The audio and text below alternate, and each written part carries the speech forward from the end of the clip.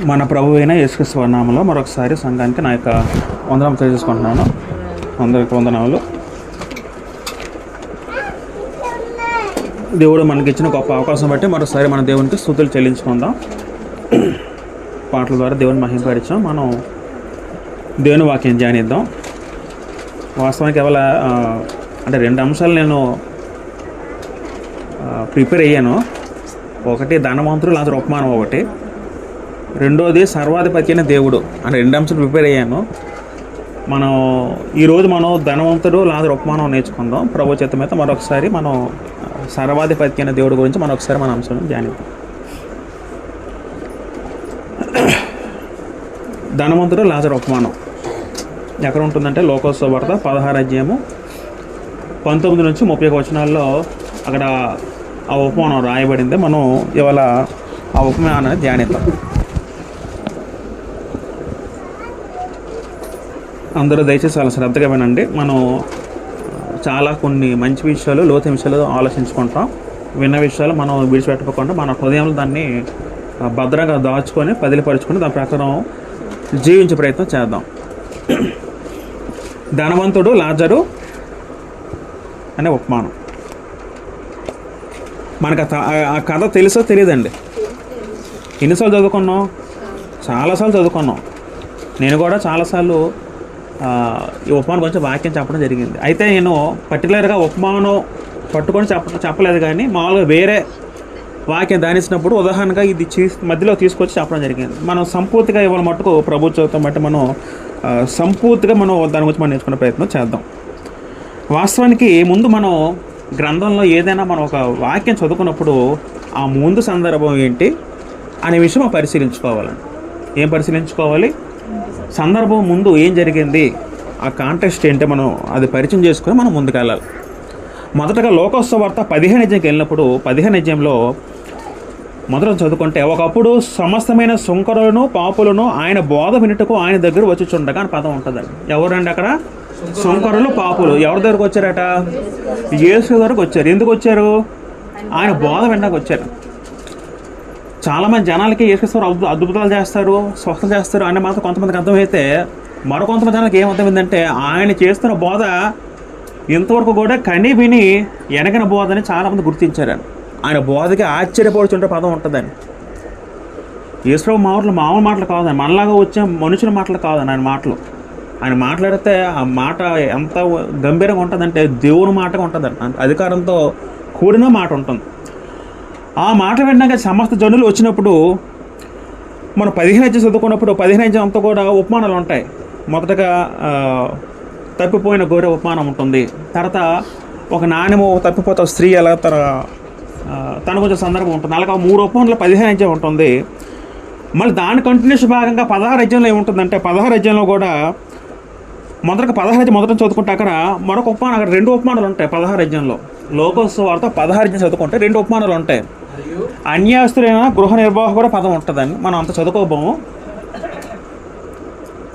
లోకోసు వార్త 16 అధ్యాయంలో 2 ఉపమానాలు ఉంటాయి. ఇదంతా కూడా కంటిన్యూస్లో భాగంగా. మన పాయింట్ అర్థమవుతుందా? ధనవంతుడు లాజరు ఉపమానం మనకు అర్థం అవ్వాలంటే అది ఎప్పుడు స్టార్ట్ చేసి యేసుక్రీస్తు 15 అధ్యాయంలో స్టార్ట్ చేశారండి. స్టార్ట్ చేస్తూ ఒక 3 ఉపమానాలు అయిపోయిన తర్వాత మళ్ళీ 4వ ఉపమానంగా అన్యాయస్తున్న గృహ నిర్వాహకు కూడా ఉపమానం ఉంటుంది. అది కూడా చాలా మంచి ఉపమానం. భవిష్యత్తు మనం నేర్చుకునే ప్రయత్నం చేద్దాం ప్రభు చిత్తం అయితే. అది చెప్పిన తర్వాత అప్పుడు ఏమైందంటే డబ్బును, ధనాన్ని ఎలా వినియోగించుకోవాలి దేవునికి అని యేసుక్రీస్తు చెప్తున్నప్పుడు అక్కడ సుంకరులు పాపులతో పాటు పక్కన పరిసయ్యుల గుంపు ఉంది. ఎవరంటే గుంపు? అది పరిసయ్యులు. వాళ్ళకి ఏంటంటే మేమే నీతిమంతులు అనుకున్న గుంపు అన్నారు.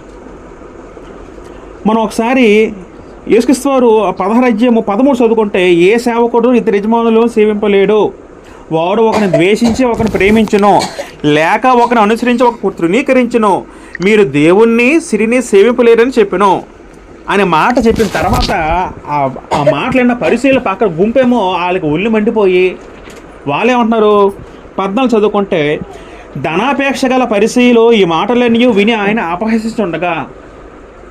ఎవరండి వీళ్ళు? పరిసయ్యులు. యేసుక్రీస్తు మీ దానాన్ని ఇక్కడ కూర్చుకునవద్దు, మీ దానాన్ని సద్వినియోగంగా దేవునికి ఖర్చు చేయండి అని ఉపమానం చెప్తున్నప్పుడు అది విన్న పరిశీలేమో వాళ్ళకి ఒళ్ళు మండిపోయి ఆయన్ని హేళకోళం చేస్తాడు, వాళ్ళు హేళకోళం చేస్తారు యేసుక్రీస్తు అని. అపహసించిన పదం ఉంది అక్కడ. అప్పుడు ప్రభువారు వాళ్ళ గురించి కొన్ని మాటలు చెప్పుతూ అప్పుడు 19 అధ్యాయంలో ఉపమానం చెప్పారండి. మీకు పాయింట్ అర్థమవుతుంది. ఇప్పుడు యేసుక్రీస్తు చెప్పిన ఉపమానం ఎవరి గురించి అంటే పరిశీల గురించి. అందులోనూ ధనాపేక్ష గల పరిశీలు, ధనవంతులుగా పరిశీలు, దేవుణ్ణి తక్కువగా చేసి ధనాన్ని ఎక్కువగా కోరుకున్న పరిశీల గురించి ఉపమానం చెప్పడం జరుగుతుంది. ఇప్పుడు మనం ఈ ఉపమాన భావం మనం నేర్చుకునే ప్రయత్నం చేద్దాం. సాధారణంగా ఉపమానం అనేది పేరు లేకుండా యేసుక్రీస్తు చాలా ఆయన భూమి ఉన్న చాలా ఉపమానాలు చెప్పారు. ఉపమానం అంటే అర్థం ఏంటి అసలు? ఉపమానం అంటే అర్థం ఏంటంటే పోల్చి చెప్పడం.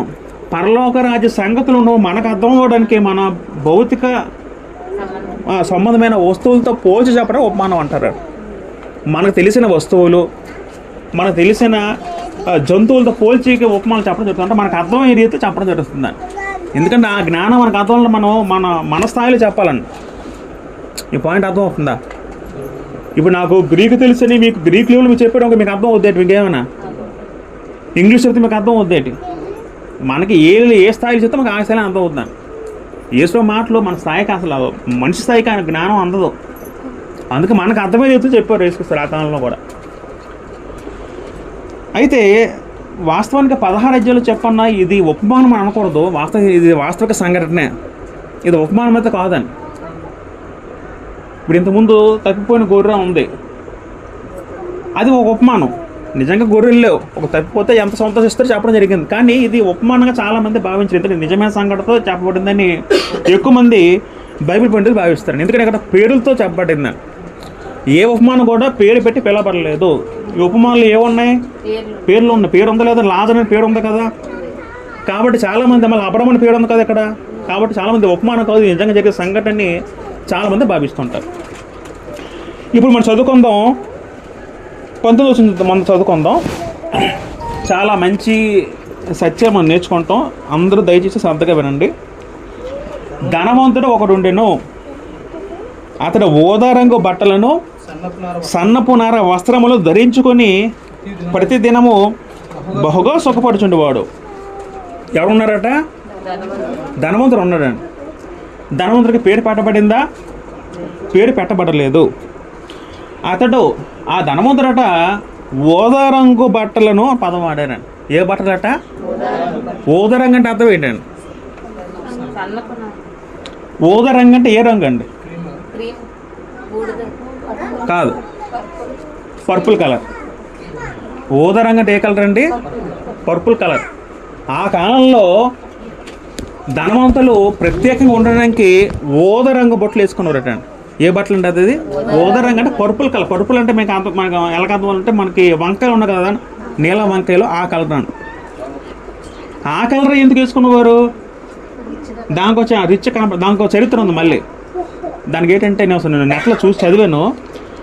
ఆ ఊదా రంగు ఏదైతే ఉందో, నీలం రంగు, అది రావడానికట ఆనాడు ఒక సముద్రంలో ఒక సముద్రపు నత్తలు ఉండేవండి. ఏముండేవండి? నత్తలు చూసారు మీరు? సముద్రంలో కొన్ని నత్తలు ఉండేవండి. ఆ నత్తలు తీసుకొస్తే దాన్ని సీ స్నైల్స్ అంటారు. ఆ నెత్తల్లో కడుపు భాగంలో దానికి ఒక గ్రంథి ఉంటుందట. ఆ కడుపు భాగంలో అది ఒక రసాన్ని విడుదల చేస్తుంది, ఒక హార్మోన్ని, ఒక రసాన్ని విడుదల చేస్తుంది. దాన్ని గ్లాండ్ అంటారు. అది దాన్ని కట్ చేసి చూడండి, ఒక నెత్త పట్టుకొని దాని కడుపులో ఉన్న చిన్న భాగం ఉంటుంది, దాన్ని కట్ చేసి అలా ఇటు మొత్తం 1 గ్రాము ఆ గ్లాండ్ కట్ చేసి దాన్ని ఎండబెట్టి దాన్ని పొడిగా చేసేవారట. మీకు అర్థమవుతుందా? ఆ నెత్తలు పట్టుకొని కడుపు భాగం కట్ చేసి అది ముందు పసుపు ఉంటుందట, దాన్ని ఎండబెట్టి దానికి ఏదో ఉప్పు సంథింగ్ ఏదో రసాయనాలు కలిపి అన్నీ ఎండ చేస్తే దాని నుంచి పొడి చేస్తారట. అలాగా 1 గ్రాము ఒక పొడి తయారు చేయాలంటే 45 కేజీలు కావాలట. మొత్తం మీద ఒక డ్రెస్, ఒక వ్యక్తికి ఒక డ్రెస్సు ఆ రంగు రావాలంటే ఇంచుమించు 8,000 నత్తలను పట్టుకొని అవన్నీ కోసి ఎండబెట్టి అంత ప్రాసెస్ చేస్తే కానీ ఏం రాదట? ఆ ఊదా రంగు రాదట. ఆ ప్రాసెస్ కూడా నెట్లో చూసాను, చాలా భయంకరంగా ఉంటుంది. ఆ ప్రాసెస్ చేసినప్పుడు కంపు ఉంటుందట, బాగా విపరీతంగా కంపు ఉంటుందట. అది దూరంగా చేశారట, సముద్రం దగ్గర దూరంగా చేసి. అంటే కొంత పనులు ఉంటారు కదా, ఇప్పుడు కోళ్ళ ఫారం దగ్గర కంపు వస్తుందా, స్మెల్ వస్తుంది అండగా. మనం ఉండలేం కోళ్ళ ఫారం దగ్గర, గొప్ప స్మెల్ వస్తుందండి. చికెన్ హ్యాపీగా తింటా కానీ మన కోళ్ళ ఫారం దగ్గర ఉండలేం.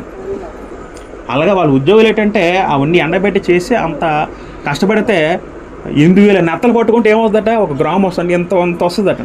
దాన్నేమో అద్దె బట్టల మీద. అది ఓదారంగా. అది ఎవరికి అంటే చాలా కాస్ట్లీ అన్నమాట ఆ కాలంలో. అంత కాస్ట్లీ బట్టి ఎవరికి మళ్ళీ తెలుసుకోవాలండి. ఇప్పుడు చీరలు 300 రూపాయలు 400 రూపాయల చీరలు ఉన్నాయి, 1,00,000 రూపాయల చీరలు కూడా ఉన్నాయి. మనం ఆడవాళ్ళు 1,00,000 రూపాయల చీర కట్టి తిరగల రేటు. అంటే తిరగల వరకు స్తోమత గల కూడా ఉన్నారు, ఎవరు డబ్బు ఉన్న వాళ్ళు.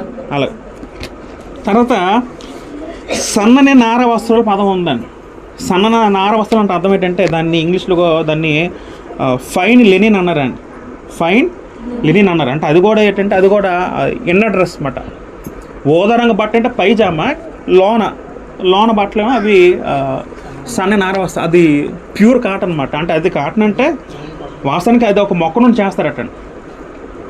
ఒక మొక్క నార తీసి దాన్ని ఎండబెట్టి అది కూడా ప్రత్యేకంగా చేస్తే ప్రక్రియ. అది కూడా చాలా కాస్ట్లీ ప్రక్రియ. అలాగా అంటే మొత్తం మాకు ఏమర్థం అవ్వాలంటే అది విరివిగా దొరికేవి కావు, చాలా ఖరీదైన. కాబట్టి అంటే ఇప్పుడు బంగారం ఎక్కడిపోతే దొరకదు కదండి. ఒక బంగారం అంటే చాలా శ్రమ పడాలి కాబట్టి అంత కాస్ట్ ఉంటుంది. అదేవిధంగా ఆనాడు బట్టలకి అంత కాస్ట్ ఉండేది. అవి ధరించుకొని ప్రతిదినము బహుగా సుఖపడుచుండేవాడు. ప్రతిదినము బహుగా సుఖపడుచున్నాడు. ఎవడు సుఖపడుతున్నాడట? ధనవంతుడు. అంటే ఎలా సుఖపడుతున్నాడు? ఎలా సుఖపడి ఉండొచ్చు? డబ్బులు ఎలా సుఖపడతారండి? నచ్చిన డ్రెస్ వేసుకుంటాడు, ఇంకా నచ్చింది తింటాడు. ప్రతిరోజు చికెను మటను పంచపక్ష పరిమాణాలు ఉండి ఉంటాయి. ఇంకా నచ్చిన అమ్మాయి పెళ్లి చేసుకుంటాడు. శారీరక సుఖం హ్యాపీగా ఎంజాయ్ చేస్తాడు. ఒక విధంగా చెప్పాలంటే ఒక సొలొమోను ఏ విధంగా ఎంజాయ్ చేస్తాడో ఆ విధంగా సుఖపడుతున్నాడు. ఎవడు సుఖపడుతున్నాడు ఇక్కడ? ధనవంతుడు. ప్రసంగంలో 2 చదువుకుంటే అక్కడ సొలొమోను అంటాడండి తనకు తాను చెప్పుకుంటూ, నా కొరకు నేను వృక్షంలో నాటించుకుంటుని, నా కొరకు నేను చెరువులు సంథింగ్ చెప్తూ ఉంటాడండి. అలాగా ఒక ధనవంతుడు ఏం చేస్తారంటే తన సౌకర్యం అర్థం రకరకాల సుఖాలు అనుభవిస్తాడండి. కాబట్టి వాళ్ళు భాగ్యవంతులు, వాళ్ళు ప్రతిదినము విలాసవంతంగా జీవించే విషయం నాకు అర్థమైంది. ఇప్పుడు 20 వచనం చదువుకుంటే 20 వచనంలో లాజరు అనే ఒక దరిద్రుడు ఉండెను, వాడు కురుపులతో నిండినవాడై ధనవంతుని ఇంట వాకిట పడి ఉండే పదం ఉందండి. ఇప్పుడు ఒక ధనవంతుడు ఉన్నాడు, ఆడు హ్యాపీగా సుఖపడుతున్నాడు, బాగుంది, అంత బాగానే ఉంది. తర్వాత ఆపోజిట్ మరొక పర్సన్ కనబడుతుంది. ఎవరో వ్యక్తి? లాజరు. లాజరు అనే పదానికి దేవుడు సహాయం చేయును అని పదం అంతం వస్తుందట. పాత నిబంధనలో ఎలియాజరు అనే పదం ఉంటుంది కదండి. ఎలియాజరు అంటే ఎవరండి పాత నిబంధనలో? అబ్రాహాము సేవకుడు ఎలియాజరు. మరొక వ్యక్తి ఎలియాజరు ఎవరు కనబడతాడు? ప్రధానంగా అహరోను కుమారుడు. అహరోనుకి 4 కుమారులు. నాదాబు అబీబు మొత్తం చనిపోతారు. తర్వాత ఎలియాజరు ఈతామారు యాజకులు అవుతారు. ఆ ఎలియాజరు అనే ఆ పదానికి మరొక గ్రీకు తర్జుమా రూపం లాజరు. ఆ కాలంలో లాజరు అనే పదం ఎక్కువ వాడేవారు, పెట్టుకునేవారు. పాత పేర్లు ఎక్కువ పెట్టుకునేవారు కదా కొత్త నిబంధనలు. అలాగే ఇక్కడ లాజరు ఉన్నాడట. లాజరు ఎలా ఉంటాడట? దరిద్రుడు అంటే అర్థం ఏంటి? చాలా పేదవాడు. పేదవాడు కాదు, ఇంకా పేదవాడు అండి. నిరుపేద అంటాం కదండి, అది దరిద్రుడు. ఇంకా చదువుకుంటే వాడు కురుపులతో నిండిన వాడై ధనవంతుని అంటే వాకిట పడి ఉన్న పదం ఉందండి. ఆ దరిద్రుడికి ఏమున్నాయట? కురుపులు ఉన్నాయట అండి. కురుపులు ఉన్నాయి. ధనవంతుని ఎంట వాకిట పడి ఉంటే అర్థం ఏంటంటే బహుశా మరి ఆయనకి కాలు పనిచేయమేమో, కాలు మరి ఇంకా బాడీ సహకరించదేమో. తెచ్చి ఎక్కడ పెట్టిస్తాడు? బహుశా ఎవరు తెచ్చి పెట్టి ఉంటారు. ఎక్కడ పెట్టి ఉంటాడు? ఆ ధనవంతుడు ఇంటి పక్కన పెట్టించి ఉంటాడు. ఎందుకు పెట్టించి ఉంటారు? వాళ్ళు ఏదో ముద్దేస్తే తిని బతుకుతారేమో అన్నట్టు పెట్టించి ఉంటారు. అలాంటి మనుషులు ఉన్నారా లేదా మన లోకంలో ఈ కాలంలో? మీరు ఎప్పుడైనా చూసారా అలాంటి మనుషుల్ని? చూసారా? చూస్తూ ఉంటాం సమాజంలో. నేను కూడా ఒక మనిషిని చూశానండి. అంటే నేను ఇంతకుముందు గర్భం అనే పోస్ట్ ఆఫీస్లో పనిచేస్తున్నప్పుడు రూట్లో వెళ్తున్నప్పుడు ఒక వ్యక్తి ఉండేవాడు.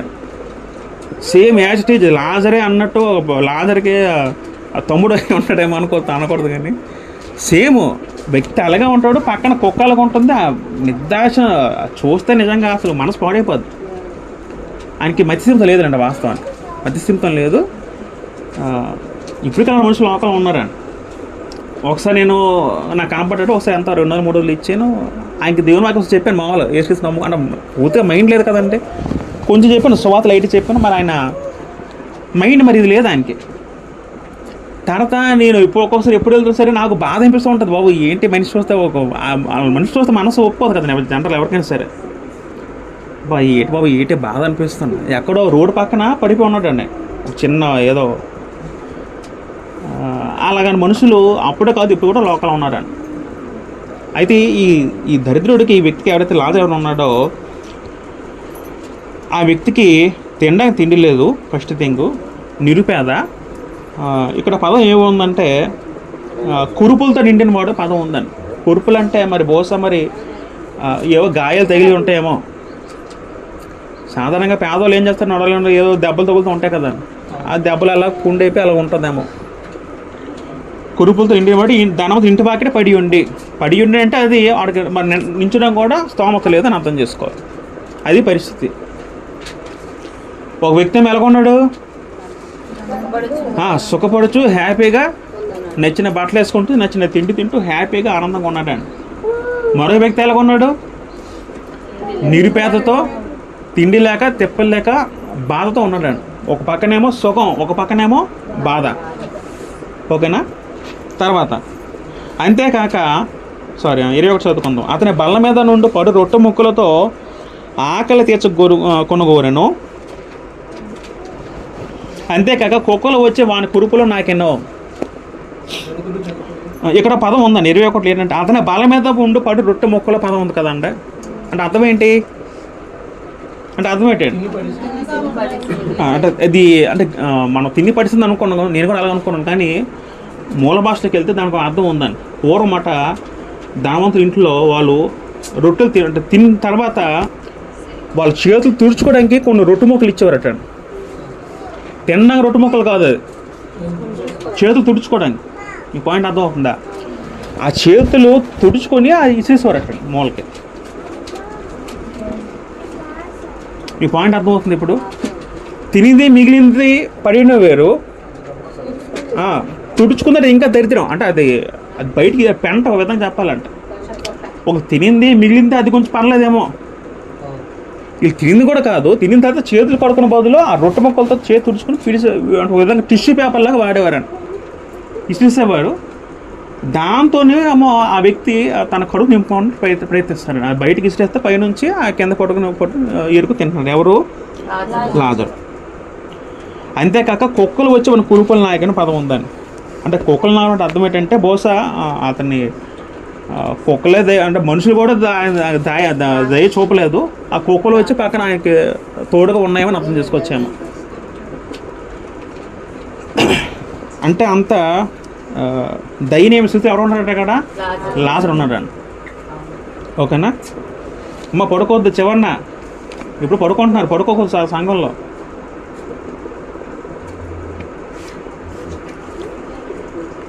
ఇద్దరు వ్యక్తులు ఉన్నారు. ఎవరు? ధనవంతుడు, లాజరు. ధనవంతుడు సుఖపడుచున్నాడు. ధనవంతుడు వాకిట ఎవడ పడి ఉన్నాడు? లాజరు పడి ఉన్నాడు. లాజరు ఒళ్ళంతా ఏమున్నాయి? కురుపులు ఉన్నాయి. తినడానికి తిండి లేదు. లాజరు పడి సెలవుందంటే ఎవడో 2 ముద్దలు వేస్తే తిని ఆ పూట అయిపోయిందేమో అన్నట్టు బతుకుతున్నాడు. చావా బతుకు అన్నట్టు బతుకుతున్నాడు. ఎవడు? లాజరు. ఇప్పుడు ఈ ధనవంతుడు లాజరు చూసి ఉంటాడండి, చూసి ఉంటాడు కదా. ధనవంతుడు పైనుంచి బయటకు వెళ్తారండి, ఆ ఇంటి గేటు బయట ఎవరి పైన ఉన్నాడు? మరి చూసి ఉంటాడు. ఎవడు? చూసాడు కానీ ఏమైనా సహాయం చేశాడా? అది గుర్తుపెట్టుకుని పాయింట్ అక్కడ. ధనవంతుడు చూశాడు. ఎవరిని చూశాడు? ఎప్పుడు చూసి ఉంటాడు? బయటకు వెళ్ళినప్పుడు కనబడతారు కదా పక్కన. ఇంటి దగ్గర ఒక వ్యక్తి మనకు కనబడ్డాడు కంటికి. ధనవంతుడికి ఎవరు తెలుసు? లాజరు అంటే ఎవడో తెలుసు. బహుశా అడుగుంటాడు ఎవడయ్యాడంటే పక్కన చెప్పుకుంటాడు. లాజరు అంటే ఎవడో చెప్పుకుంటాడు, పేరు చెప్పుకుంటాడేమో. రెండో పాయింట్ ఏంటంటే ఈ ధనవంతుడు కూడా యూదుడు. ధనవంతుడు ఎవరండి అంటే ఆ కాలం ధర్మశాస్త్ర కాలం కాబట్టి ధనవంతుడు కూడా యూదుడు, లాజరు కూడా యూదుడే. ఓకేనా? యూదుడు అంటే దేవుడిని ఎరిగినవారు ఆ కాలంలో ధర్మశాస్త్ర కాలం బట్టి. ఇప్పుడు 22 చదువుకుందాం. అమ్మ చాక్ పీస్ ఉందేంటి?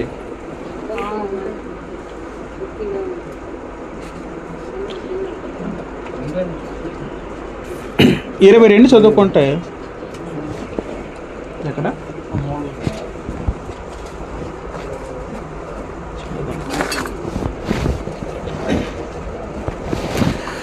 22 చదువుకుంటే ఆ దరిద్రుడు చనిపోయి దేవదూతల చేత అబ్రహాము రొమ్మున ఆనుకోటకు కొనుకోబడెను. తర్వాత ఏమైందట? తర్వాత ఒకనొక రోజు చనిపోయే స్థితికి వచ్చారు ఇద్దరు కూడా. మొదట ఎవరు చనిపోయాడు? లాజరు చనిపోయాడట. ఇప్పుడు అటువంటి వ్యక్తి సాధారణ చనిపోతే ఏం చేస్తారండి?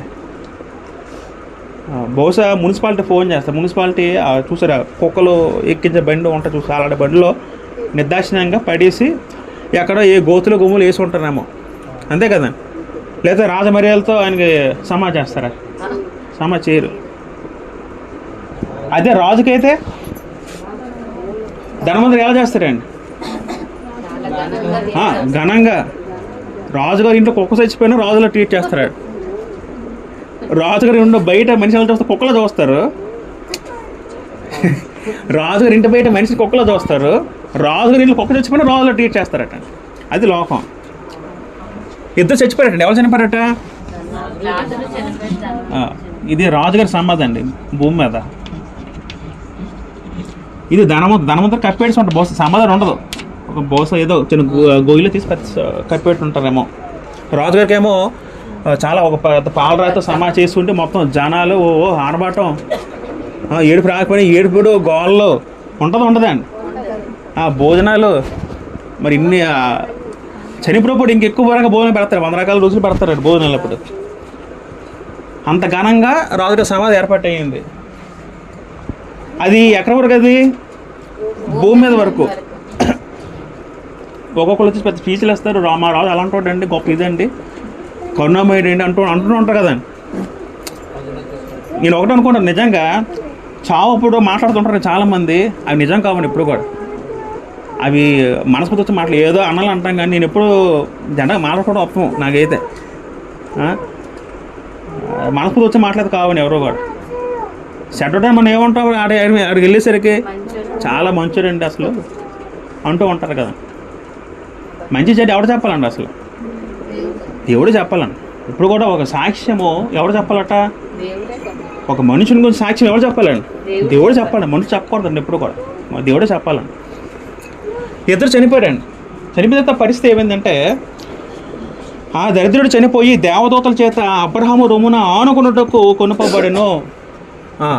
ఈ ఎప్పుడైతే చనిపోయాడో లాజరు శరీరం ఎక్కడ ఉంది? భూమి మీద ఉంది. భూమి మీదలో కలిసిపోయింది. ఆత్మ ఉంది కదా, ఆత్మని అప్పుడు దేవదూతలు వచ్చి ఆత్మను పట్టుకెళ్ళారట. అది ఎంత గౌరవం అది అంటే అర్థం ఏంటండి? ఇప్పుడు దేవదూతలు ఎలాగ వస్తే భూమి మీదకి? దేవదూతలు ఎవరు ఆజ్ఞ బట్టి వచ్చి?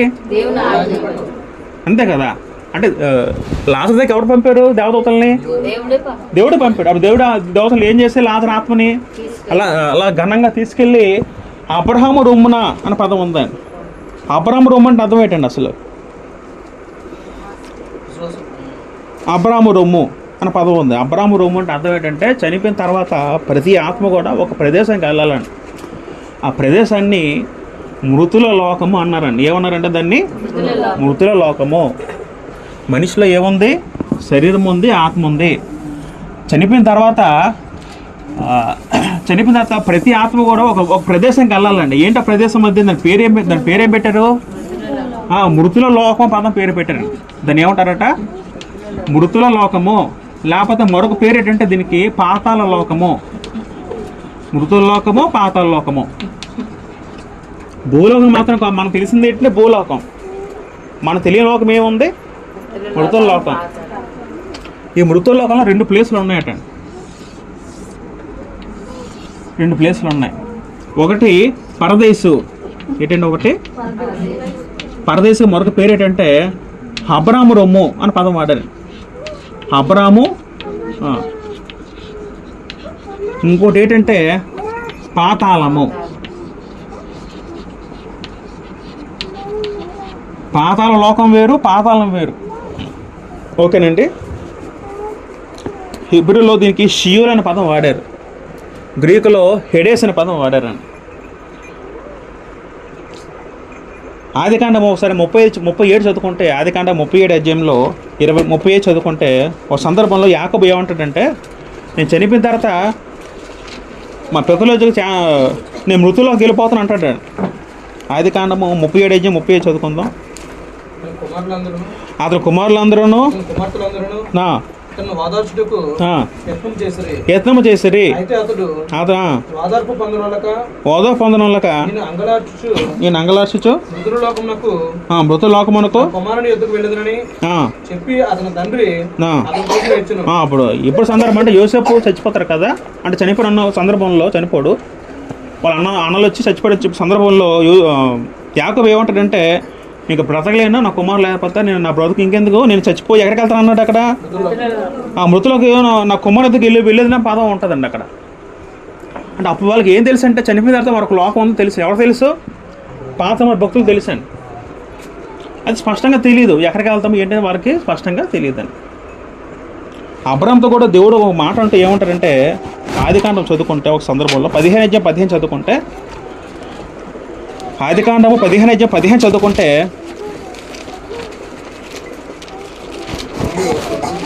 గట్టి చదవం బ్రదర్ ఒకసారి. మరియు 15 నీవు క్షేమముగా నీ పితరుల యొద్దకు పోయేదవు, మంచి వృద్ధాప్యమందు పాతిపెట్టదవు అని పదం ఉందని దేవుడు ఉంటమాట అబ్రాహాముతో. ఏమంటారు అక్కడ, నీవు క్షేమంగా ఎక్కడ పోతావట, నీ పితరుల యొద్దకు పోవదవు అని అంటారండి. అంటే చనిపోయిన తర్వాత ఎక్కడికి వెళ్తాను చెప్పాడు దేవుడు అక్కడ? పితరులు. అబ్రాహాంకి పితరులు అంటే అబ్రాహాం ముందు ఎవరు ఉండేవారో బహుశా. ఇప్పుడు లాజరు ఎక్కడికి వెళ్ళాడు? అబ్రాహాం రొమ్మును ఆనుకోవడం దగ్గరికి వెళ్ళాడండి. మరి అబ్రాహాం ఎక్కడికి వెళ్ళాడు? అబ్రాహాం ముందు వాళ్ళ పితరులు ఎక్కడైతే చనిపోయి వెళ్ళారు అక్కడికి వెళ్ళారండి. ఈ పాయింట్ అర్థమవుతుందమ్మా? అంటే అర్థం ఏంటంటే, అందరూ కూడా చనిపోయిన తర్వాత వాళ్ళ ఆత్మలన్నీ కూడా ఒక ప్లేస్కి వెళ్తాయి. ఆ ప్లేస్లో రెండు రకాల స్థలాలు ఉన్నాయి. ఒకటి ఏంటంటే పరదేశు. ఈ పరదేశంలో ఎవరు వెళ్తారంటే నీతిమంతుల ఆత్మలు వెళ్తారండి. పరదేశంకి ఎవరు వెళ్తారు? నీతిమంతుల ఆత్మలు ఎక్కడ స్టోర్ అవుతాయి? పరదేశంలో వెళ్తాయండి. మరి అనీతిమంతులు ఎక్కడికి వెళ్తారట? అనీతిమంతులు పాతాళంలోకి వెళ్తారట. అనీతిమంతులు పాతాళంలోకి వెళ్తారు. కీర్తన 9:17 చదువుకుంటే, 9 కీర్తన 17 చదువుకుందాం.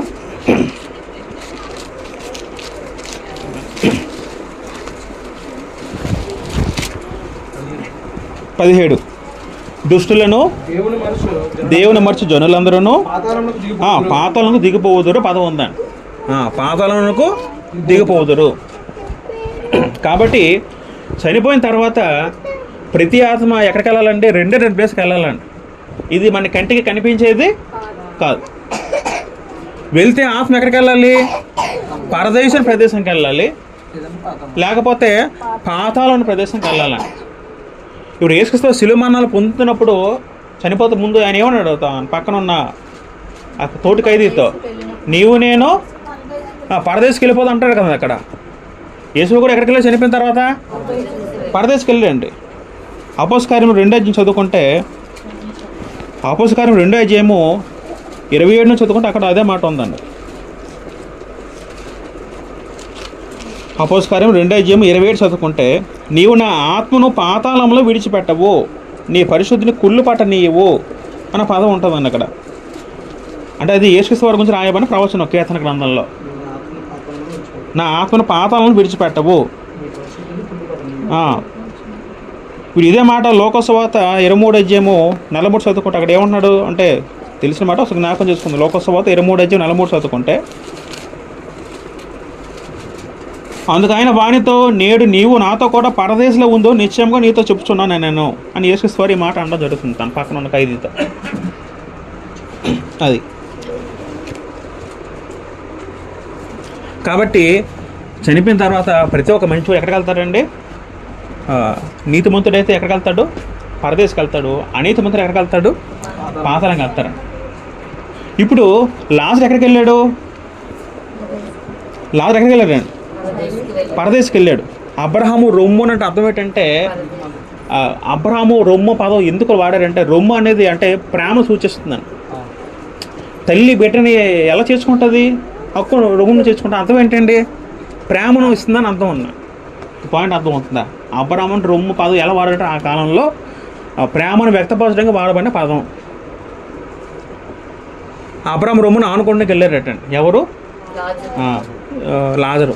లాజరు భూలోకలు ఎంత బాధపడ్డాడు? తినడానికి తిండి లేదు, ఒళ్ళంతా ఒక విధంగా. యోబు ఎలా బాధపడ్డాడు అటువంటి కొరుగులతో బాధపడ్డాడు. ఎవరండి? లాజరు. చనిపోయి ఎక్కడికి వెళ్ళాడు? పరదేశంలో. అక్కడ ఓదార్చబడుతున్నాడు అండి. తల్లి ఓదార్చినట్టు అబ్రహాము ఏం చేస్తున్నాడు? ఊటనైనా ఓదార్స్తున్నాడు. ఎవరిని? లాజరుని. ఇటువైపు ధనవంతుడు ఏమయ్యాడు? చదువు లోకసువార్త చదువుదాం. 16-19 కదా, సారీ. ధనవంతుడు కూడా చనిపోయి పాత పెట్టబడాను, 20 ఉంటుంది. ధనవంతుడు సమా చేయబడ్డాడు. తర్వాత చదువుకుందాం 23. అప్పుడు అతడు అంటే ఎవరు? ధనవంతుడు పాతాళంలో బాధపడచ్చు కనులెత్తి దూరం నుండి అబ్రహామును అతడు రొమ్మున ఆనుకున్న లాజరును చూచి. కాబట్టి పాతాళంలో ఎవరున్నారట? ఇప్పుడు ధనవంతుడు ఉన్నాడు. ఈ ధనవంతుడట ఎక్కడికి వెళ్ళాడట? పాతాళంకి వెళ్ళాడట. ఇంత మన కీర్తన ఏం చదువుకున్నాం? దుష్టులు దేవుని మనిషి జనులు ఎక్కడికి వెళ్తారు చెప్పబడింది? పాతాళంకి వెళ్ళబడి చెప్పబడింది. మరి ఈ ధనవంతుడు యూదుడా కాడా? యూదుడు. లాజరు యూదుడా కాడా? ధనవంతుడు ధర్మశాస్త్రం తెలుసో తెలియదా? ధనవంతుడికి దేవుడు పైదానం తెలుసా తెలియదా? లాజరు తెలుసా తెలియదా? తెలుసు.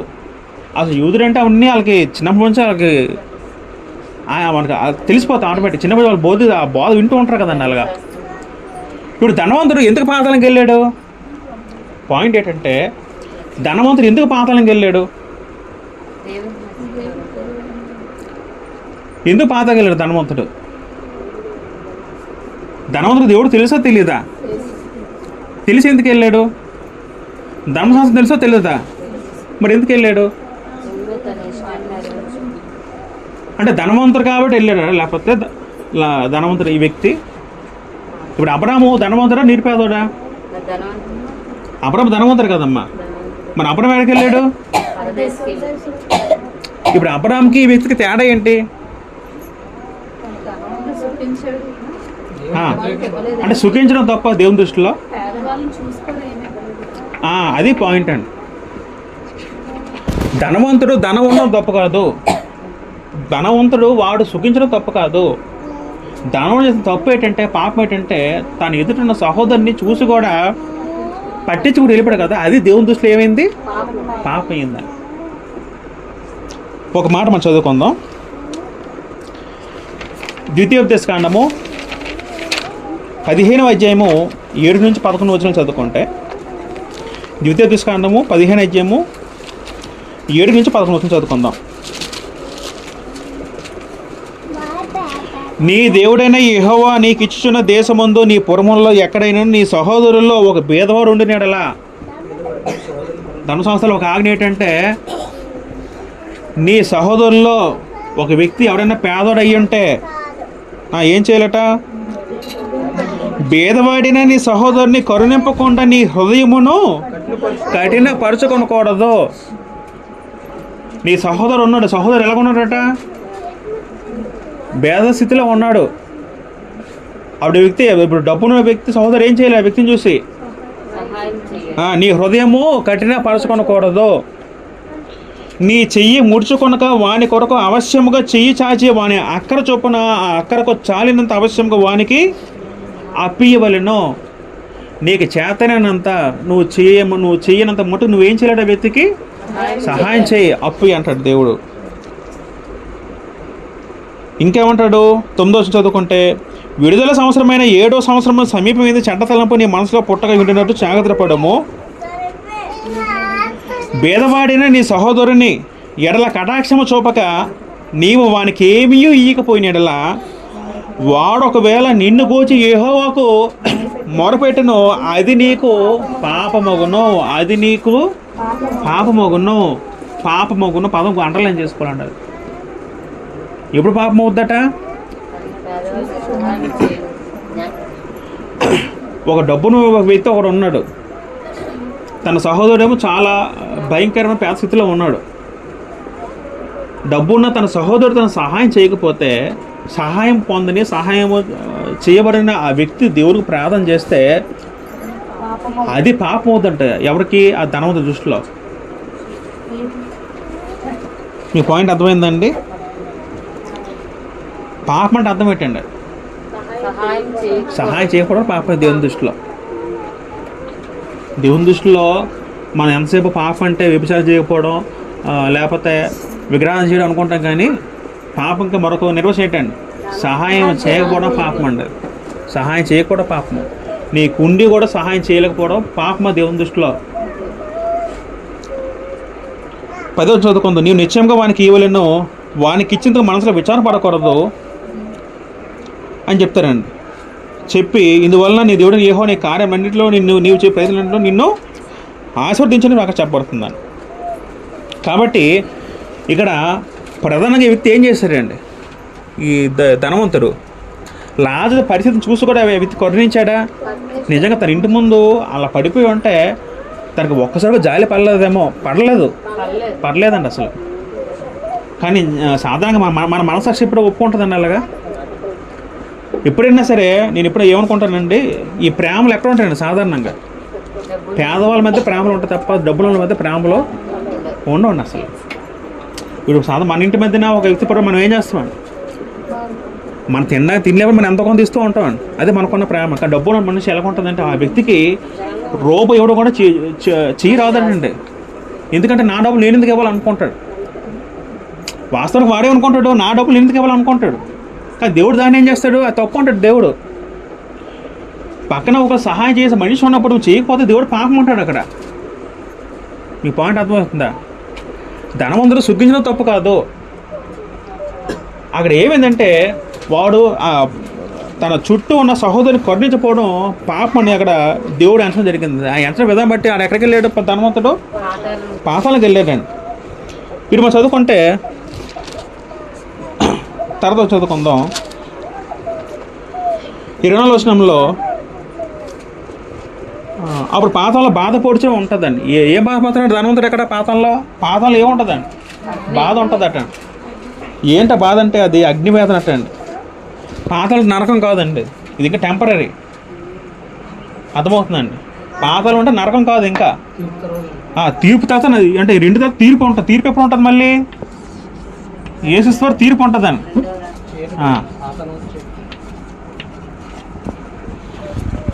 పూర్వం ఒక జైలుకి పంపేవారు. అది పెద్ద జైలు కాదు, ఇంక దానికన్నా పెద్ద శిక్ష ఉంటుందండి. ఇక్కడ 10 కోట్ల దెబ్బలు, అక్కడ 100 కోట్ల దెబ్బలు. ఇక్కడ కాలు చేతులు మంటేస్తే ఇక్కడ మొత్తం బాడీ ఉండదు కానీ ఆత్మ కానీ మొత్తం అంతా ఇంకా నిత్యాగ్ని అంతా. అప్పుడు ధనవంతుడు ఏమంటాడంటే 24వ వచనంలో, తండ్రి నా అబ్రామా నా ఎందుకు కనికరపడి తన వేలి కొనను నీళ్ళలో ముంచి నా నాలుకను చల్లార్చుటకు లాజరును పంపమంటాడు. ఎవరంటాడు ఇక్కడ మాట? ధనవంతుడు. ధనవంతుడు వెంటనే ఏమన్నారంటే అక్కడ, తండ్రివైన అబ్రహామా, ఏమంటున్నాడు అబ్రాముని? తండ్రి అంటున్నాడండి. తండ్రి అయిన అబ్రామా అన్నాడండి. అనేసి ఏమన్నాడు అక్కడ? నా ఎందుకు కనికరపడి తన వేలి కొన్ను నీళ్ళలో ముంచి. అంటే తమరికి అబ్రాహం కూడా తెలుసో తెలియదండి. అబ్రాహం అంటే తెలుసు, అంటే యూదుడు కాబట్టి. అప్పుడు ఏమంటున్నాడు? అప్పుడు తండ్రి అయిన అబ్రామా నా కొరకు లాజరు పంపు అంటున్నాడండి. ఎందుకు పంపు అంటున్నాడు లాజర్ని? నా నాలుగు చల్లార్చుటకు పదం ఉందని. దేని చల్లార్చాలంటే ఇగో అక్కడ కింద పదం ఏముంటుందంటే, నేను ఈ అగ్ని జ్వాలలలో యాత్ర పడుచున్నానని కేకలు వేసి చెప్పాను. కేకలు ఎప్పుడు వేస్తానండి? చాలా బాధ తీవ్రంగా ఉన్నప్పుడు కేకలు వేస్తాను. తట్టుకోలేని బాధ ఎక్కడ ఉందండి? ఈ దానంతరం అనుభవిస్తున్నాడు. ఇప్పుడు చనిపోయిన తర్వాత భూమి మీద ఏమో ఈ సమాజం చూసి వీళ్ళు పెద్ద రెస్ట్ ఇన్ పీస్ అని పెద్ద బోర్డు పెట్టి వీళ్ళకి విందులు వినోదాలు పెద్ద ఫోటో పెట్టి కార్యాలు పెద్ద కార్యాలు చిన్న కార్యాలు మొత్తం ఇది చేస్తూ ఉంటాయి. ఇక్కడికి ఈయన చేస్తాను, ఇక్కడ ఏడుస్తాను, వీళ్ళేమో ఏడుస్తారు, చుట్టాల బంధువులు నవ్వుతారు. సారీ ఈయనేం చేస్తారు? బాధపడుతున్నాడు. మీ పాయింట్ అర్థం అవుతుందా? బతుకున్నప్పుడు ఒక రకంగా ఉంటుందండి, చనిపోయిన తర్వాత అసలు మన ఊహకే ఉంటుంది, అంత భయంకరంగా ఉంటుంది. కనికర పడే పదం ఉందండి. ఎందుకు కనికరించాలి అసలు? ఈ వ్యక్తి కనికర పడ్డాడంటే లాభం చూసి ఒక్కసారి కనికర పడ్డాడు. ఇప్పుడేమో కనికర పోవడం అనుకుంటాడు నా ఎందుకు. అప్పుడు అబ్రాహాం ఉన్నాడు. అందుకు 20 చదువు 20 ఒకసారి ఎవరైనా 25. అందుకు అబ్రాహాము చదువు, కుమారుడా నీవు నీ జీవితకాలమందు నీకు ఇష్టమైనట్టు సుఖం అనుభవించదువే, అలాగుననే లాజరు కష్టం అనిపించినని జ్ఞాపకం చేసుకున్నాము. ఇప్పుడైతే వాడు ఇక్కడ నెమ్మది పొందుచున్నాడు. ఇప్పుడైతే వాడు నెమ్మది పొందుచున్నాడు ఇక్కడ ఆయన చెప్పడం జరుగుతుందని. కాబట్టి ఇక్కడ వెంటనే అబ్రాహాం ఏమన్నారంటే నాయన కుమారుడు అంటున్నాడండి. అబ్రాహాంకి అందరూ కుమారులే, యూదుడు కాబట్టి. అంటే పితరుడు అబ్రాహాం కదండి. ఇప్పుడు తనందరూ యూదుడు అంటే ఎవరు? యూదులందరికీ తండ్రి ఎవరండి? అబ్రాహాం నుంచి అందరూ వచ్చారు కదండి. ఆ విధానం బట్టి తండ్రే. కానీ ఒక వ్యక్తి అబ్రాహాంకి తండ్రి ఎలా పిలవాలి? విశ్వాసపరంగా తండ్రి అవ్వాలి తప్ప వంశపరంగా కాకూడదండి. మీకు పాయింట్ అర్థమవుతుందా? ఇప్పుడు యేసుక్రీస్తు ఏమన్నారు? ఒకసారి యోహాను సువార్త 8:39 చదువుకుంటే అక్కడ ఏమన్నారు యేసుక్రీస్తు? అందుకు వారు ఆయనతో మా తండ్రి అబ్రాహాం అనేది యేసు, మీరు అబ్రాహాము పిల్లలైతే అబ్రాహాము చేసిన క్రియలు చేతులు అన్నారని. ఇప్పుడు అబ్రాహాం కుమారుడు అంటే సరిపోద్దా? యూదులు వీళ్ళు అబ్రాహాము చేసిన పనులు చేయరు, అప్పుడు కొన్ని విశ్వాసం వీళ్ళకి లేదు. వీళ్ళేమంటారు తిరిగి మీ అబ్రాహాం పిల్లలు గొప్పలు చెప్పుకుంటారని. అబ్రాహాం పిల్లలు ఎలా ఉంటారని? నిజంగా అబ్రాహాంలాగా మనసు కలిగి ఉంటారని. అప్పుడు అబ్రాహాం ఏమన్నారంటే నాయన నీ కుమారుడు నువ్వు నీ జీవితకాలం ముందు నీకిష్టమైన సుఖము అనుభవించితివి, అలాగే నేను లాజరు కష్టము అనుభవించిన జ్ఞాపకము చేసుకున్నాము. ఇప్పుడైతే వాడు ఇక్కడ నెమ్మది పొందుతున్నాడు, నీవు యాత్ర పడుచున్నావు అంటున్నాడు. కాబట్టి ఇది ఏమన్నారంటే అబ్రాహాము నీ నీ నీ జీవితకాలం ఎలా ఉన్నారట? నీకు ఇష్టమైనట్టు సుఖం అనుభవించావు అన్నారని.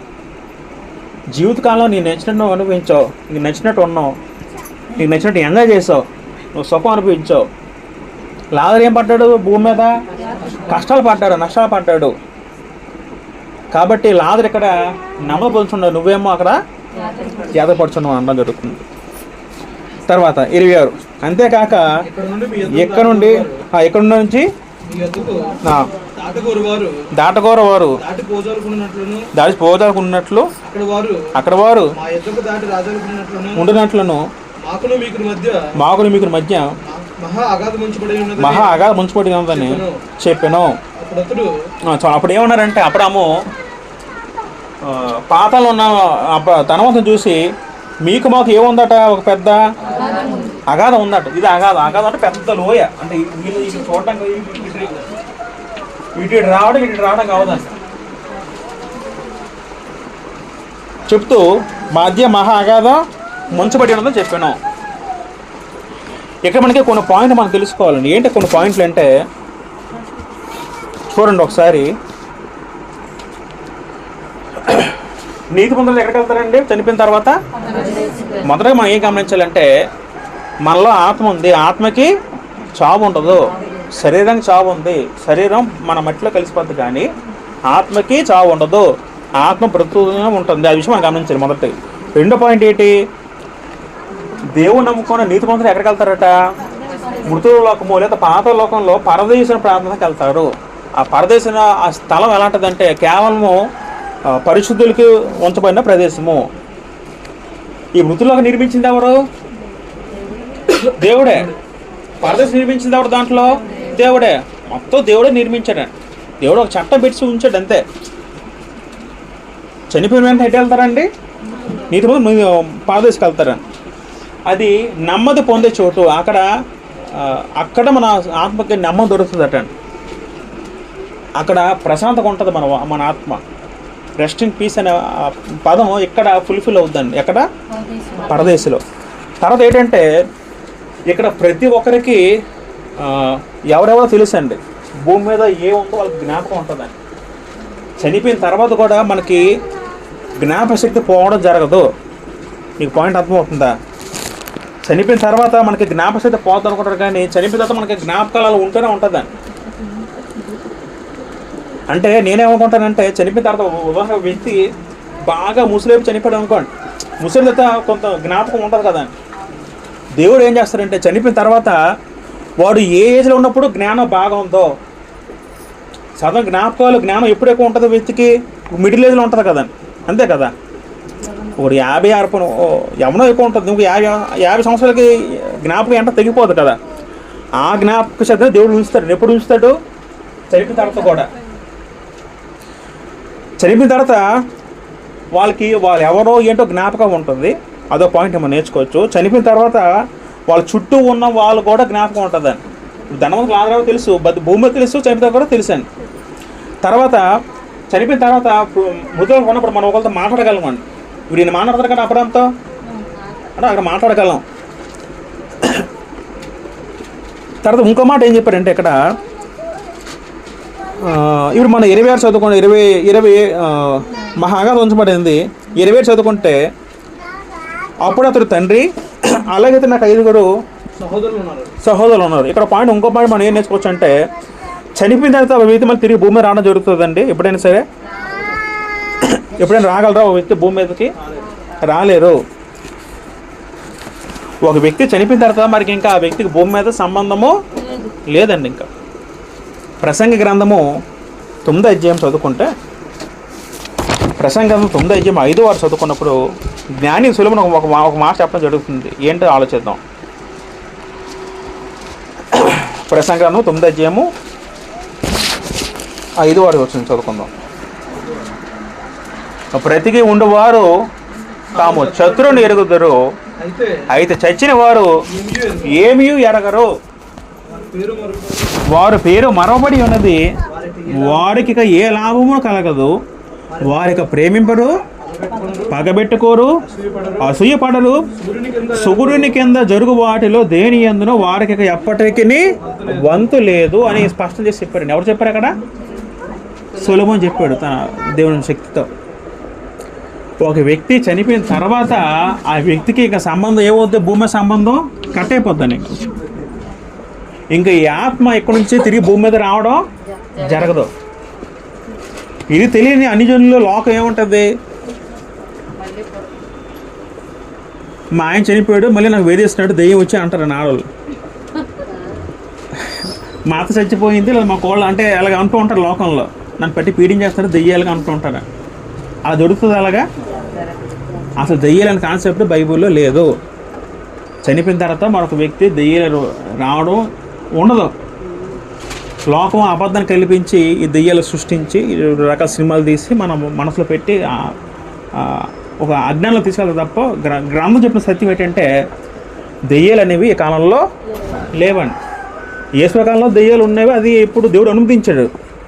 ఇప్పుడు మరి ఇంకేట్ లేవు. ఇంకా ఒక వ్యక్తి చనిపోయిన తర్వాత మన ఆత్మ తిరిగి రావడం ఇంకా జరగడం మరి ఉండదండి. ఇంకా అర్థమవుతుందా? ఎందుకంటే దేవుడు ఆ కట్టడాలు నియమించాడండి. ఇంకా దెయ్యాలే బోతలే ఏ గుడ్డు లేవండి. మనం ధైర్యంగా బ్రహ్మాండంగా ఉండొచ్చండి. బలహీనుడేమో ఇటువంటి కొంతమంది వాళ్ళ బలహీనత పట్టుకొని ఏదో కొన్ని మభ్య మాటలు పెట్టి వాళ్ళని డబ్బులు గుంజుకుంటూ ఉంటారు. అవునా కదా? లోకం ఉన్నారు లేదా అలాంటి వాళ్ళు? మీ ఇంట్లో ఏదో ఉందామని భయపడుతూ ఉంటారు. ఏడేం చేస్తారు నిజంగా ఉందేమో అనుకొని అలాగా వాళ్ళు డబ్బులు ఇస్తూ ఉంటారు. ఇంకా గ్రంథం సత్యం ఏంటంటే చనిపోయిన తర్వాత మరి ఇంకా వాళ్ళకి భూమి మీద వాళ్ళకి వంతు లేదని. ఇప్పుడు మనం చదువుకుంటే నాకు 5 సహోదరులు ఉన్నారు అంటాడు. ఎవరు అంటున్నారు ఇక్కడ? ఇంకా ఉంటున్నారు. చదువుందాం. లోకసూత 16 గెలుపు అక్కడ ఇంకా ఉంది. అక్కడ అప్పుడు అతడు తండ్రి అలాగైతే నాకు 5 సహోదరులు ఉన్నారు. వారును నీ వేదనకరమైన స్థలముకు రాకుండా వారికి సాక్ష్యం ఇచ్చుటకై నా తండ్రి ఇంటికి వాడిని పంపవాలని నేను వేడుకొంచున్నాను అంటాడు. కాబట్టి ధనవంతుడు ఏమంటాడంటేనండి, మా పిల్లలు సైలెంట్గా ఉండండి.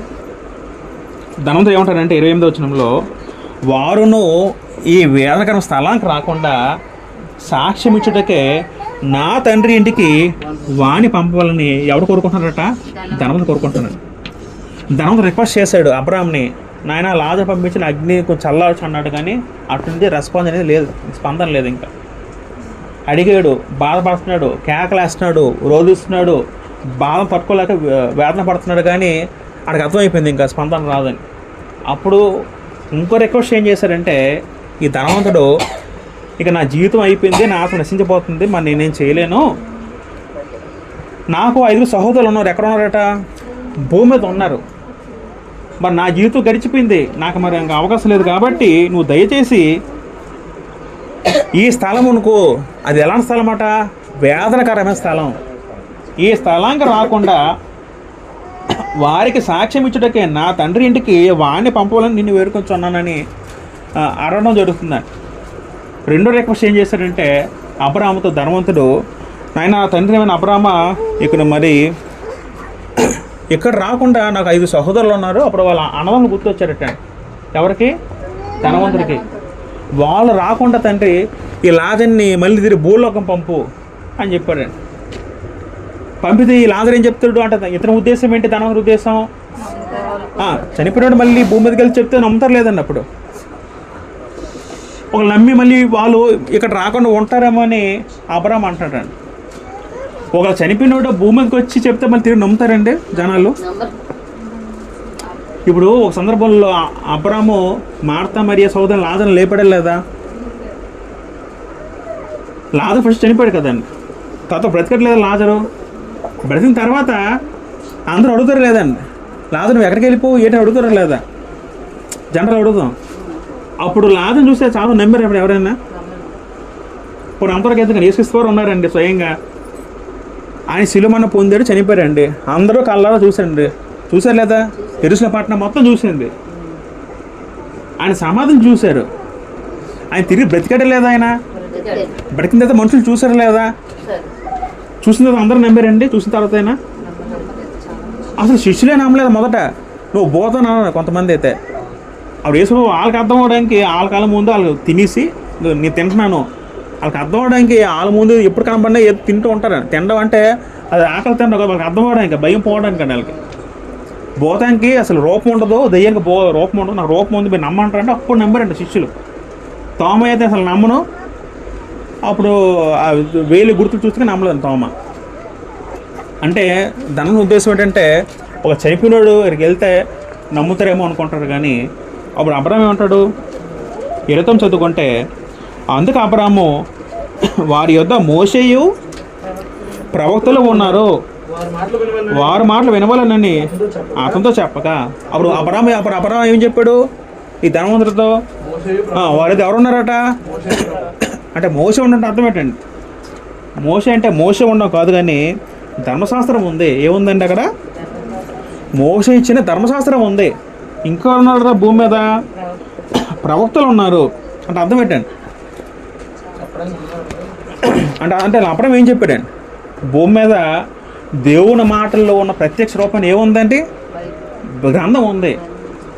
ఇంక మరి ఇంకటి అవసరం లే అని చెప్పాడండి. అంటే అర్థం ఏంటి? ఒక వ్యక్తి ఎవరైనా సరే ఈ గ్రంథాల మాటలు విశ్వసిస్తే చాలండి. ప్రత్యేకంగా మరొక వ్యక్తి అక్కడి నుంచి దిగొచ్చి చెప్పాల్సిన పని లేదండి. నీకు పాయింట్ అర్థమవుతుందా? ఇది ఎవరి మాటలు ఇవి? దేవుడి మాటలు నమ్మినాడు ఈ మాటకు విశ్వసిస్తారండి. ఆ వ్యక్తి అనుమానపడ్డు, కంగాపడడు, సందేహించడు. ఇది నమ్మినోడికి, విద్య చూపినోడికి ఆ వ్యక్తి సరిపోతుందని ఎవరు చెప్పాడు? అబ్రాహాం చెప్పాడండి. ఇంక వ్యక్తి దిగి రావాల్సిన పని లేదు. వాళ్ళ వీడు భూమి మీద వీళ్ళ చేతిలో గ్రంథం ఉందా లేదా? ధర్మశాస్త్రం ఉంది, ఆ చదువు అంటాడు అబ్రాహాం. అది చదివి అది ఫాలో అయితే సరిపోతుంది అంటాడు. ఎవరు అన్నారు అక్కడ? అబ్రాహాం అన్నారని. ఒకసారి మనము యోహాను సువార్త 5వ అధ్యాయంకి వెళ్తే యోహాను సువార్త 5వ అధ్యాయము 45, 46, 47 చదువుకుంటే, మీరు ఆశ్రయించున్న మోషే మీ మీద నేర మోపను, అతడు నన్ను గురించి రాసిన కనుక మీరు మోషేను నమ్మినట్టయినా నన్ను నమ్ముదురు. మీరు అసలు లేఖనంలో నమ్మని ఎడల నా మాటలు ఎలా నమ్ముదురు అని అనడం జరుగుతుంది. ఈ మాటలు ఎవరు అంటున్నారు అక్కడ? యేసుక్రీస్తు ఏమన్నారంటే, ఇప్పుడు అబ్రహాము ఏం చెప్పాడు లాజరుతో? భూమి మీద ఏమున్నాయట? భూమి మీద ధర్మశాస్త్రం ఉంది, ఇంకా ఉన్నారట ప్రవక్తలు ఉన్నారంటే అర్థం ఏంటంటే వాళ్ళు చెప్పిన గ్రంథం ఉంది, ఆ గ్రంథం అని చెప్తే సరిపోద్ది అన్నాడు. ఇక్కడ పాయింట్ ఏంటంటే యేసుక్రీస్తు పరిశీలి ఉద్దేశించి ఏమంటారంటే, ఇప్పుడు మోషే యేసు గురించి రాసాడు లేదా ధర్మశాస్త్రంలో? రాసాడు లేదా? ఏమని రాశాడు యేసుక్రీస్తు వారి గురించి ఈ మోషే? ఒకసారి మాట చదువుకుంది. ద్వితీయోపదేశకాండము 18-15 చదువుకుంటే అక్కడ ఏముంది? అక్కడ మోషే అంటున్న మాట ఆలోచిద్దాం.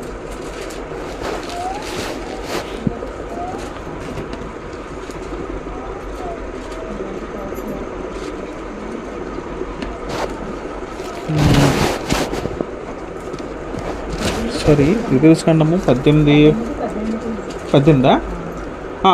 చదువుదాం.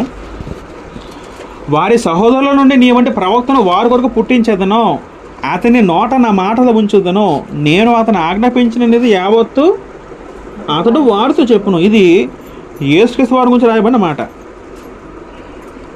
ఈ మాట ఎవరు రాశారు? మోషే రాశాడు, ద్వితీయోపదేశకాండం రాశాడు. ఏమని రాశాడు?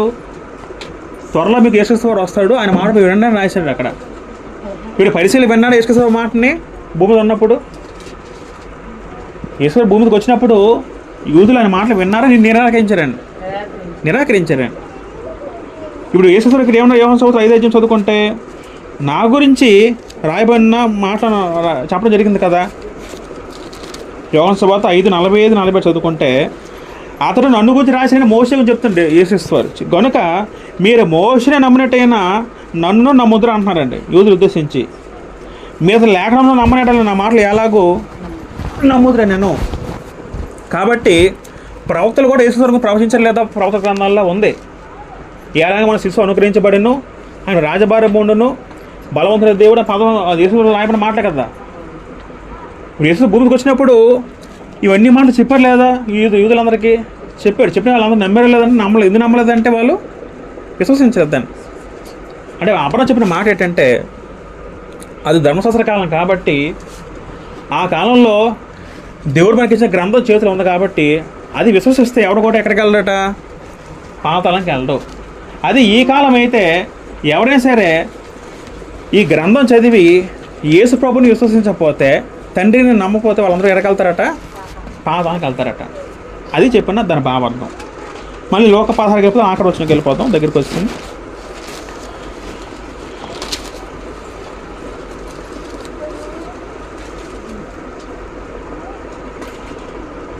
కాబట్టి అబ్రాము వారి అయితే మోషే ప్రవక్తలు ఉన్నారు, వారి మాట వినాలని అతనితో చెప్పగా 29:30 అతడు తండ్రిని అబ్రాము అలాగ అనవద్దు, మృతుల నుండి ఒకడు వారి యొద్దకు వెళ్ళిన వారు మారు మనసు పొందుదురని చెప్పాను.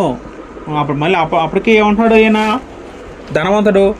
తండ్రి అలాగొద్దు, దయచేసి లాజరుని పంపు, అక్కడికి పంపితే ఏం పొందుతారట? భూమికి పంపితే వాళ్ళందరూ కూడా మారు మనసు పొందుతారట. ఏం పొందుతారట? మారు మనసు పొందుదురు. అంటే మనకి ఏమర్థమైంది? మారు మనసు పొందుడు ఎక్కడికి వెళ్తాడు? మారు మనసు పొందడం వాడు పాతాళానికి వెళ్ళిపోతాడు. ఒక వ్యక్తి తన జీవితం మొత్తం ఎలా ఆధారపడి ఉందంటే నువ్వు చనిపోయే టైంకి నువ్వు మారు మనసు పొందావా లేదా, అంతేనండి. ఆ రెండేనండి. మారు మనసు పొందకుండా ఒక వ్యక్తి చనిపోతే ఆ వ్యక్తి ఎక్కడికి వెళ్తారండి? పాతాళానికి వెళ్తారండి. మారు మనసు నమ్మి ప్రభుని కూడా ఎక్కడికి వెళ్తారండి ఆ వ్యక్తి? పరదేశకి వెళ్తారండి. 30 చదువుకుంటే అందుకు అతడు మోషేలు ప్రవక్తలు చెప్పిన మాట వారు వినినట్లా మృతుల నుండి ఒక లేచినను వారు నమ్మరని అతనితో చెప్పాను. కాబట్టి మోషే చెప్పిన మాట అర్థం ఏంటంటే గ్రంథం అనండి. ఇప్పుడు మన చేతిలో గ్రంథం ఉంది. గ్రంథం నమ్మి ఎవరైతే బాప్తిసం పొంది గ్రంథ ప్రకారం వంశీ చనిపోతారో వాళ్ళు ఎక్కడికి వెళ్తారట? వాళ్ళు పరదేశకు వెళ్తారట. కాబట్టి మన జీవితం అనేది చాలా స్వల్పకాల జీవితము. దేవుడు పెట్టిన రూల్ ఏంటంటే మనకున్న 60-70 సంవత్సరాల్లోనే నువ్వు ఎలా జీవించు ఆ జీవన విధానం బట్టి మనకేముంటుందట, తీర్పు ఉంటుంది. మెయిన్ థింగ్ ఏంటంటే మనం మారు మనసు పొందామో లేదో మనం ప్రశ్నించుకోవాలటండి. మారు మనసు పొందకుండా చనిపోతే మనం ఎక్కడికి వెళ్తామంటండి? పాతాళం అంట. అది ఎవరు కూడా వర్ణించలేని బాధ అండి. ఒక వ్యక్తి చనిపోయిన తర్వాత ఏమవుతారో చాలామంది తెలియదు, కానీ గ్రంథం చెప్పిన సత్యం ఏంటంటే పాతాళంలో భయంకరమైన ప్రదేశం ఉంది. ఇవన్నీ తెలియక వీళ్ళు ఇంకా ఆనందపడుతూ సంబరాలు చేస్తూ ఆ వ్యక్తిని ఇంకా పోగొడుతూ, ఇప్పుడు భూమి ఈ చుట్టాల బదులు ఏమంటారు ధనంద్ర గురించి, ఆయన ఇలాంటోడు అలాంటోడు, ఆయన పరలోకి వెళ్ళిపోయాడు అంటూ ఉంటారు లేదా? అయితే అప్పుడు పోస్టర్ పెట్టుకుంటారు, పెద్ద పోస్టర్ పెట్టి పరలోక ప్రవేశం పెట్టుకుంటారు, పెడతారు లేదా? అసలు ఎప్పుడు ఆ పోస్టర్ పెట్టకూడదు. ఎప్పుడు కూడా వాక్యం తెలియకుండా పెడతారండి. అసలు చనిపోయినట్టే ఎక్కడికి వెళ్తాం? ముందు పరదేశకి వెళ్తాం, పరలోకం తీర్పు తర్వాత వెళ్తాం. ఏం పెడతారు? పెద్ద పోస్టర్ ఏం పెడతారండి? మహిమ ప్రవేశం పెడతారండి పోస్ట్. ఎవరు చూసేది? చూసేవారు ఎవరైనా? ఆ తీర్పు దేవుని చెందింది. ఎవరు మన ఎప్పుడు ఆ తీర్పు మన చేతిలో తీసుకోకూడదు. ఈ పాయింట్ అర్థమవుతుందా? చనిపోతే ఎలా ఉంటే మన క్రియని బట్టి ఉంటుంది తీర్పు. అది మన ముందే పరలోక ప్రవేశం పెద్ద బోర్డు పెట్టి పెద్ద హంగామం చేసి ఖరీదైన సామాన్ పెట్టే మాత్రం వ్యక్తి పరదేశకి వెళ్ళడు. ఇక్కడ అందరూ చెప్పిన సత్యం ఏంటంటే దేవుని వాక్యం నమ్మి దాని ప్రకారం జీవించిన వాడే పరదేశకి వెళ్తాడండి. మెయిన్ పాయింట్ ఏం గమనించుంటే 16వ అధ్యాయంలో ధనవంతుడు అంటే మనకేం అర్థవాలంటే ఎక్కువ మనం బాడీ సుఖపెట్టుకోకూడదటండి. కష్టపడాలి బాడీకి. సుఖపడ్డవాడు దేవుణ్ణి దూరం అయిపోతాడటండి. నిజమో కదా మాట? బాడీకి ఎప్పుడు సుఖపెట్టకూడదటండి, కష్టపెట్టాలటండి. పేతురు ఏమంటాడంటే మీరు క్రీస్తు శరీరం ముందు శ్రమ పడ్డారు కదా, మీరు కూడా శ్రమ పొందిన అంటాడండి. సుఖపడినోడు దేవుడు గుర్తుండడు, సుఖపడినోడికి గుర్తుండడు, దేవుడు దూరం అయిపోతాడు. రెండో పాయింట్ ఏంటంటే ధనవంతులండి. ధనవంతులు నిజంగా దేవుడు ఏం చెప్పారంటే ధనవంతులు వాళ్ళు పర్లోక రాజ్యం రావడం చాలా కష్టమని చెప్పాడు దేవుని వాక్యం. యెహోవా అదే చెప్పారండి. ఎందుకు? మొదటి తిమోతి పత్రిక 6:9 చదువుకుంటే అక్కడ మాట ఉందని ఆ చదివి ముగించేద్దాం. మొదటి తిమోతి పత్రిక 6:9 చదువుకుంటే ధనవంతులగుటకు అపేక్షించువారు శోధనలోను ఉరిలోను అవివేకయుక్తములను హానికరములను అనేక దురాశలలోను పడుదురు. అటివి మనుషులను నష్టములోను నాశములోను ముంచివేయును. ఎందుకనగా ధనాపేక్ష సమస్తమైన కీడులకు మూలము. గ్రంథం స్పష్టంగా చెప్పిందండి. కొంతమంది ధనవంతులు కావాలని నిరంతరం తప్పిస్తూ ఉంటారు లేదా లోకంలో? ఉదయం నుంచి అదే పని అండి. డబ్బులు సంపాదించాలి. ఎంత సంపాదిస్తాం అండి? అన్ని సుఖాలు అనిపించిన సొలొమోను ఏమన్నాడు? అసలు మనం ఏమంటామంటే మనిషి ఆశ ఎలా ఉంటుందంటే సొలొమోను కావాలా మనిషి ప్రయత్నిస్తూ ఉంటాడండి. అంతే కదా? సొలొమోను అంత ధనవంతుడు రాసిపోయి అలా కావాలి ప్రయత్నిస్తూ ఉంటాడు. సొలొమోను ఏమంటాడు? ఇది ఎంత వ్యర్థం అంటాడు. నీ పాయింట్ అర్థమవుతుంది. సొలొమోను ఏమంటాడు? ఇది ఎంత వ్యర్థం నాయన, ఇవన్నీ వద్దు, నీ కొనదంత బ్రతుకు, అదే దేవుడు ఇచ్చే బహుమానము, నీ బ్రతుకున్నప్పుడే దేవుడు నమ్ముగా అంటాడు సొలొమోను. కానీ మనిషి ఏం చేస్తాడు? ఆ సొలొమోను ఎంత అనుభవం అనిపించాడో, 1000 మంది భార్యలో ఉన్నాడు, ఎంత అదృష్టం అనుకుంటాడు మనిషి మగవాడు. అదే అదృష్టం నిజంగా. సొలొమోను అంత భ్రష్టుడు ఎవరు లేరు నిజంగా. మాట మనం దేవుణ్ణి తెలిసి ఉండి ఎంత తప్పాడు నిజంగా వ్యక్తి. చేతులతో మందిరం కట్టాడండి, దేవుని మందిరం. అదే చేతులతో వాళ్ళ పిల్ల మాటలు నమ్మి విగ్రహం చేసి దేవుని గుడి కట్టాడు. ఎంత దరిద్రం నిజంగా వ్యక్తి. అసలు దేవుడు హెచ్చరించారండి. అసలు నిజంగా ఆశ్చర్యం వేస్తూ ఉంటుందండి. సొలొమోను దేవుడు తెలుసో తెలీదా? తెలుసు. దేవుడు మాట వినడం లేదా? స్వయంగా విన్న కాలం రోజులు అవి. మనకి ఇప్పుడు ప్రత్యక్షత లేవు. ఈ కాలంలో కృపాయుగంలో ప్రత్యక్షత లేవు. సొలొమోను దేవుడు మాట స్వయంగా విన్నాడు. ఆయన వాక్కు ప్రత్యక్షమైంది. దేవుడు జ్ఞానం ఇచ్చాడు. సొలొమోను తన చేతులతో కట్టిన మందిరంతో ఏం కట్టాడో తిరిగి విగ్రహం చేసి ఆ విగ్రహానికి మళ్ళీ ఆలయం కట్టాడండి. ఎంత ఘోరం నిజంగా. అసలు అంత భ్రష్టుడైపోయాడు. అని ప్రొసీడ్ చెప్పాడు. ఆఖరికి చివరి కాలం మారుమనసు పొందేలా తెలియదేమో కానీ మనం చెప్పలేం. కానీ ప్రసంగ గ్రంథం చివరి కాలం రాశాడు, చనిపోయి ముందు రాశాడు. అప్పుడు జ్ఞానోదయం అయింది. ఇప్పుడు జ్ఞానోదయం అయింది చావు ముందని. చావు ముందు వైరాగ్యం వచ్చేస్తుంది అందరికీ కూడా. వస్తే రాదండి అప్పుడు.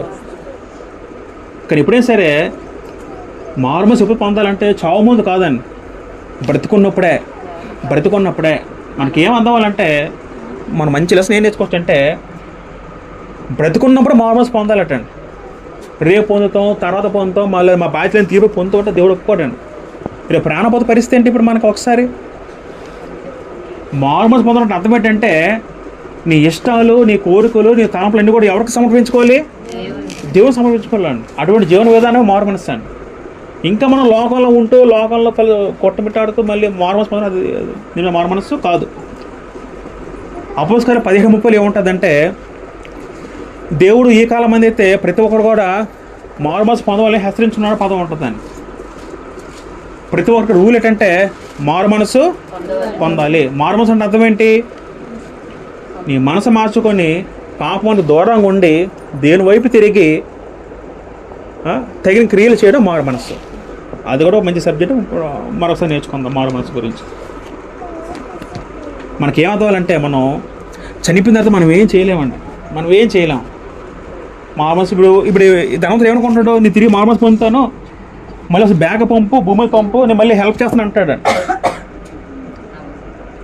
ఇప్పుడు ఏమంటాడు ధనవంతుడు? మళ్ళీ వెనక్కి పంపితే నేను మళ్ళీ బౌల్ హెల్ప్ చేస్తున్నాను, డబ్బు అంతా అమ్మేస్తాను అంటాడు. కానీ దేవుడు అంటాడు నీ టైం అయిపోయింది అంటాడు. నీ టైం అయిపోయింది, ఇంకా టైం సెలవలేదు, ఇంకా నీ టైం దాటిపోయింది అంటాడు దేవుడు. కాబట్టి మనం నేర్చుకోవాల్సింది ఏంటంటే బ్రతుకున్నప్పుడే మా మారుమనసు పొందాలి. ఏ వ్యక్తి అయినా సరే. మారుమనసు అంటే అర్థం ఏంటంటే పూర్తిగా దేవుళ్ళు రావడం అంటే సగం కాదండి. పూర్తిగా మన దేవుడితో అంకితం చేసుకుని ఆ విధంగా మరణిస్తే ఆ వ్యక్తి ఆస్వాదించబడి పరదేశకి వెళ్తాడండి. అటువంటి దృష్టి మనం అందరూ కలిగి ఉండాలి. అందరూ మారుమనసు పొందాం. ఇదే రక్షణ సమయం. క్రైస్తులు కూడా మారుమనసు తప్పిపోతూ ఉంటారండి, అవునా కదా?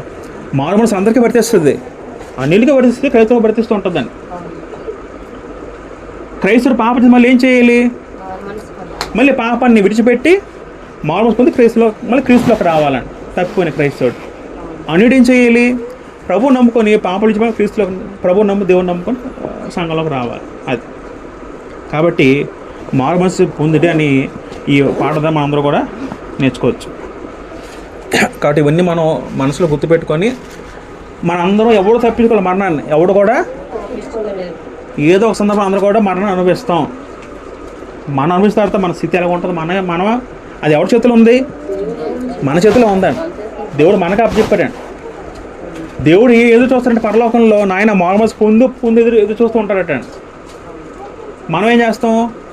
మన ఇష్టానుసారం బ్రతుకుతాం. ధనవంతుడు ఏం చేస్తాడు? ఇష్టానుసారంగా బ్రతికాడు. అబ్రాహాము ఏమన్నాడు? నీకు ఇష్టమైనట్టు జీవించమంటాడు భూలోకంలో. అంటే ఒక మనిషి ఎలాగ ఉండాలట? తన ఇష్టపడి జీవించకూడదు ఎప్పుడు కూడా. ఎవరు ఇష్టపడి జీవించేది మనిషి? అంటే దేవుని ఇష్టం ఏమేమి ఉంది అది గ్రంథం చదివితే అర్థం అవుతాను. ధనవంతుడు తన డబ్బు ఉంది ఎంజాయ్ చేశాడు హ్యాపీగా. గ్రంథం ఏం చెప్పింది?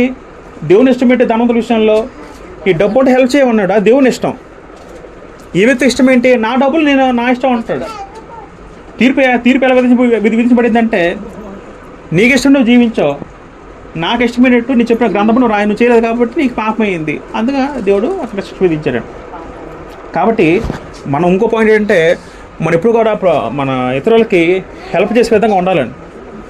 హెల్ప్ చేసే స్థాయి నీకు ఉండి మన హెల్ప్ చేయకుండా వెళ్ళిపోతే అది ఏమవుతుంది? దేవుని దృష్టికి పాపం అవుద్ది. దేవుని ఎరగముందు మనం ఎలాగొన్నా సరే దేవుడు ఒప్పుకుంటాడేమో కానీ క్రైస్తుని తర్వాత మట్టుకు నువ్వు ఒకరిని చూసి కనికర పెట్టకుండా నువ్వు కరుణించుకుంటే నీ హృదయం కఠినం చేసుకుంటే దేవుడు అది పాపంగా ఇస్తాడండి. కాబట్టి అవన్నీ మనం గుర్తు పెట్టుకొని ఇక్కడి నుంచి మనలో ఏమైనా లోటుపాట్లు బలహీనతలు ఉంటాం విడిచిపెట్టి సంపూర్తిగా మారుమనసు పొంది దేవుళ్ళు మనం కూడా ప్రయత్నిద్దాం. దేవుడి వాక్యం దీవించి మన అందరి హృదయాల్లో దీవించి ఫలింపజేయను కాక. ఆమేన్. అందరికీ వందనాలు.